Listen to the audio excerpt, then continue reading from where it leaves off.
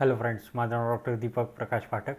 आज आपण जाणून घेणार आहोत की डायबिटीज होण्याची कारणं काय आहेत आणि त्याची ट्रीटमेंट कशी केली पाहिजे. डायबिटीज व्हायला कुठलं एखादं कारण लागतं असं नाही, ते मल्टिपल कारणांनी होतं.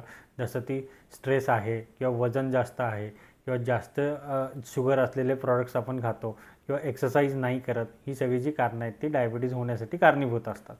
मेन म्हणजे आता ट्रीटमेंट कशी करायची, फक्त गोळ्यांवरती ट्रीटमेंट आहे का? नाही, फक्त गोळ्यांची ट्रीटमेंटवर अवलंबून चालणार नाही. डायबिटीजला जर बरा करायचा असेल आणि त्याचे कॉम्प्लिकेशन्स कमी करायचे असतील तर आपण मल्टिपल सेंट्रिक अप्रोच ठेवायला लागते.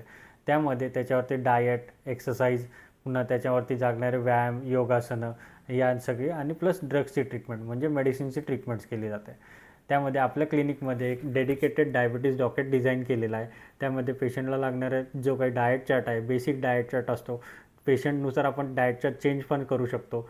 त्यामध्ये काय खायचं आहे, काय नाही खायचं आहे, किंवा कुठल्या प्रकारचा एक्सरसाइज करायचा आहे, किंवा कुठल्या प्रकारचे योगासनं करायचे आहेत, किंवा डायबिटीजमुळे होणारा जो पेरिफेरल न्यूरोपॅथी किंवा डायबेटिक न्यूरोपॅथी आपण म्हणतो, की न्यूरोपॅथिकचे न्यूरोलॉजिकल एक्सरसाइज कुठले आहेत ते बघतो आपण. किंवा डायबिटीजमुळे फुफ्फुसांमध्ये न्यूमोनिया वगैरे जो आजार होतो तो आपण कसा रोखला जाऊ शकतो, किंवा त्याच्यावरचे जे ब्रीदिंग एक्सरसाइज आहे ते सगळे याच्यामध्ये मेन्शन केले आहेत, एकदम डिटेलमध्ये मेन्शन केले आहेत.